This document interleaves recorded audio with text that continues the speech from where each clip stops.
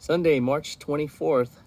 Hello everyone. The last time we did a garden update, it was a video of our seedlings underneath the grow light. And today I'm going to follow up with that update by showing you the seedlings that are now outside. We have over here some flowers. These are asters. And then these are California fuchsia. We uppotted them and began the soil transition with these seedlings.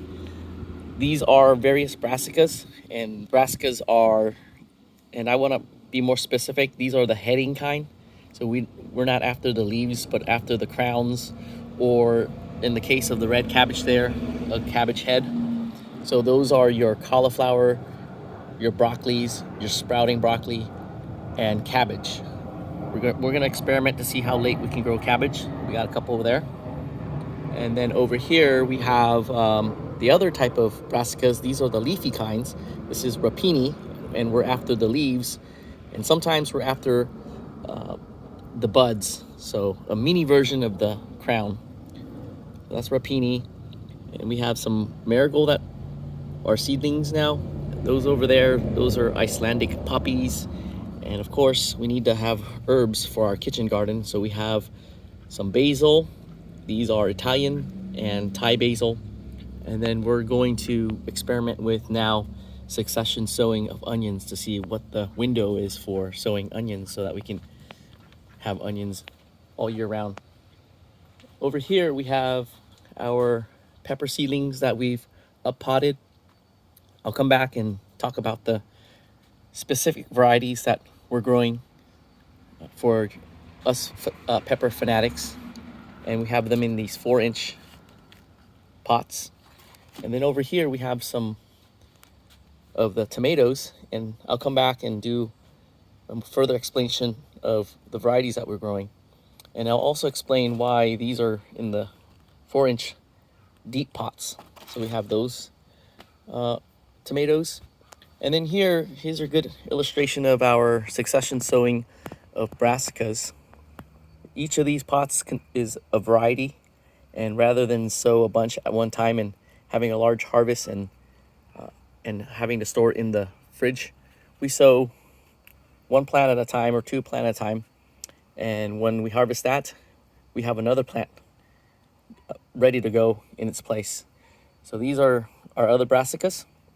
And then these are our watermelon seedlings. And I like to check underneath the pot, see how the roots are doing. If they start to show a little bit, that means it's ready for transplanting. So these guys are ready for transplanting. We have already transplanted one of 2 orange glow watermelons that we're growing this year.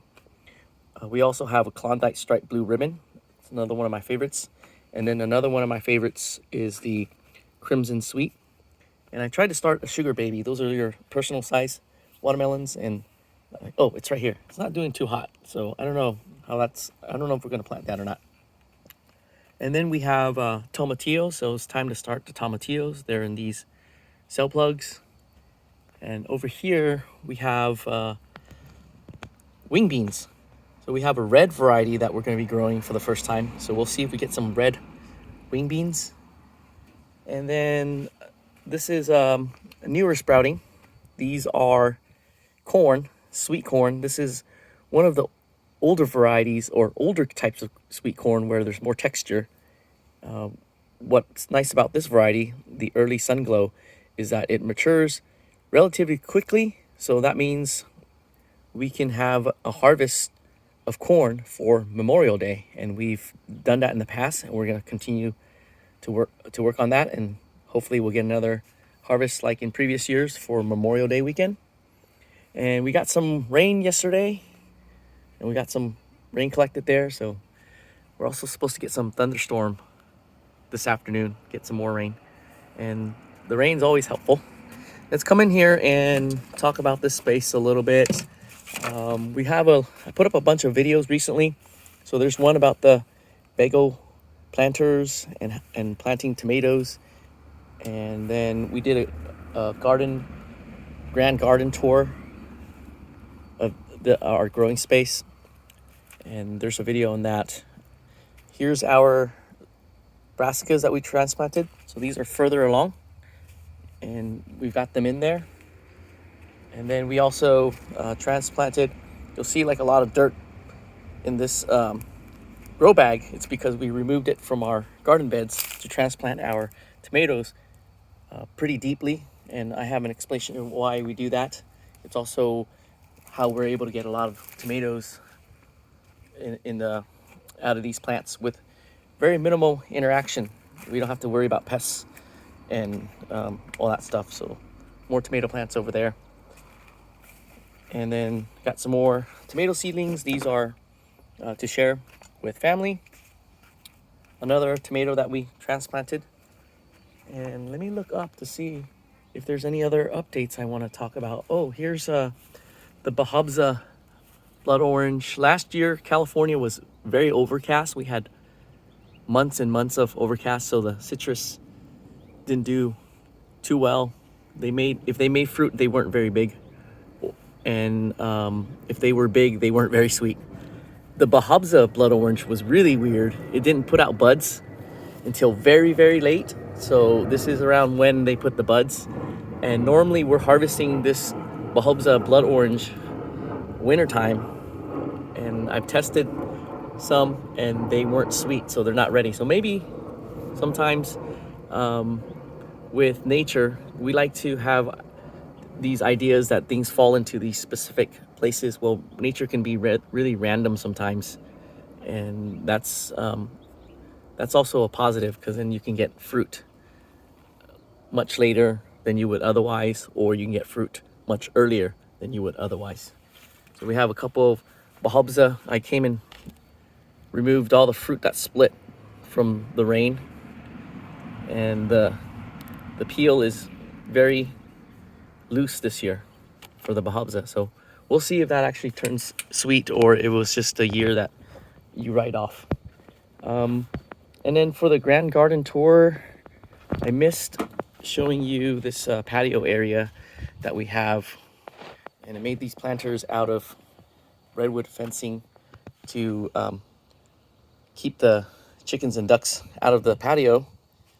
And I got this wire here for the time being. So this is a temporary measure until we can pave it, and then also put in gutters on the new addition area, and also maybe use low impact development to collect more rainwater. And speaking of rainwater, I've been manually doing it by putting barrels underneath where the water comes down, and also have some hoses that run from the barrels to infiltrate into our lawn so that it can get deep down there and the grass can pull it up as it needs it. And then that bag, that container over there, the quote unquote rain barrel, that's a 200-gallon container. It looks deceivingly small, and it is full right now. So that's more water that we can use. And rainwater is always better than groundwater because it doesn't contain some of the salts that you would get from groundwater, and salts aren't really good for soils and plants. So that's the growing area that this patio area that I didn't show, I forgot to show in the grand tour. We have this purple cauliflower. That's a purple moon cauliflower. And then these are Thai basil, Italian sweet basil. And then around here, we have rapini. So this is ready to harvest. And then this is spigarello. This is probably, so these two are Italian greens. And in Asia, in China, there's very similar greens. You can see some of the similarities with the Asian mustards, and then the gailan. So very interesting because of the Silk Road and the trades way back when. These vegetables and seeds went back and forth, and they developed into their own varieties. And even the preparation of the greens, the Italians and the Chinese, they do it very, very similarly. It's like a flash, quick stir fry. And then we have some watercress that we're growing. This is the first time we're growing watercress on this property. We've been here for about 13, 14 years now. So it's nice to have some watercress. I hope that takes off. And let's come back to some of the pepper varieties that we're growing. These are mainly kitchen garden varieties. Some varieties we weren't able to sprout because the seeds weren't viable. Pepper seeds, they don't last very long. So we lost the habanero. I'm sorry, not the habanero, the Scotch bonnet peppers for the island or Caribbean or Jamaican cuisines and those recipes. So I have a lot of green chile. That's great for Mexican cuisines, but I found the green chile is very good as a topping for a lot of things like hamburgers and hot dogs. They're also known as Anaheim peppers, or if you get them from New Mexico, where they grow them in a specific region called Hatch Valley, they're known as hatch peppers. And the University of California does a lot of research for citrus. New Mexico, they do a lot of research on peppers, chiles. They have a jalapeno, and then their biggest industry is the green chile. So let's see here. We got a few varieties. This is Heritage 64. This is an Alma paprika. So we grow this for making paprika powder. This is another green chili, Sandia Select. I'm sorry I'm not going to be able to put the subtitles or the variety name on the screen for you today. This is going to be a camera, cell phone to YouTube upload. Then here's another green chile, Big Jim. And then I don't have a specific tag on this one. This is shishito. So these are Japanese peppers. In Japan, in Japanese, peppers are called togarashi.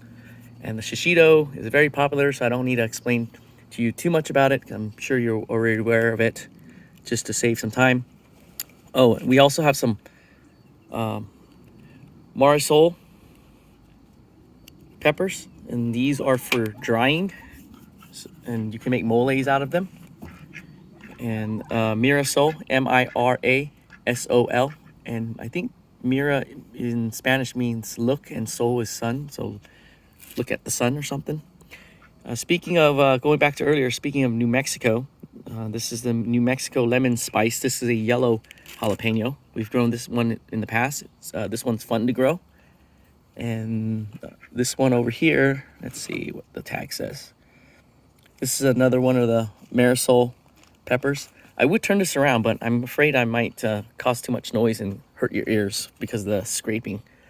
This, again, is the ají pepper. And we have 3 of the shishitos, so if anything's not tagged, it's a shishito pepper. So those are smaller peppers, and we eat quite a bit of it, so we need 3 plants. Some of these single plants, they produce big fruit off the plant, and we don't need a lot of them. This is a Santa Fe Grande. This makes sometimes they're called banana peppers, so they're pretty big like this, sometimes spicy. You grill them, throw some lemon salt and some chili powder, and it's good to eat with tacos and stuff. So you might find that at the taco stands.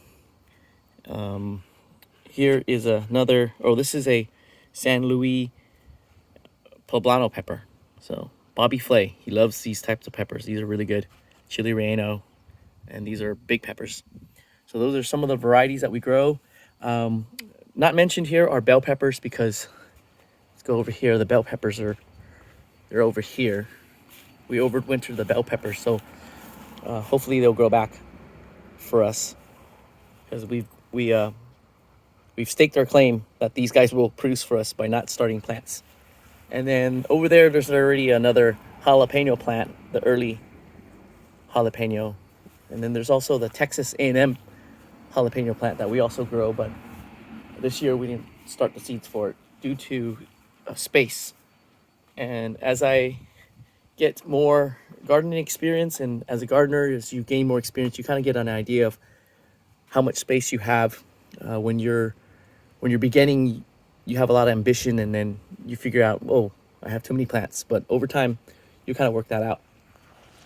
Here we have tomatoes, and many of the varieties we've already transplanted, so be sure to check back for updates on those. But some of my favorites. This is Blue Beach, and this is a very productive giant paste tomato. That's for cooking.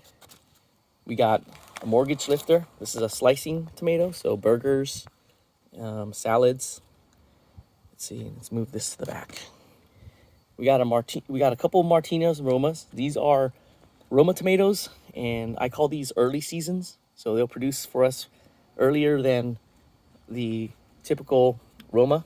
So we got a couple of plants of those. And let's see, let's turn this guy around.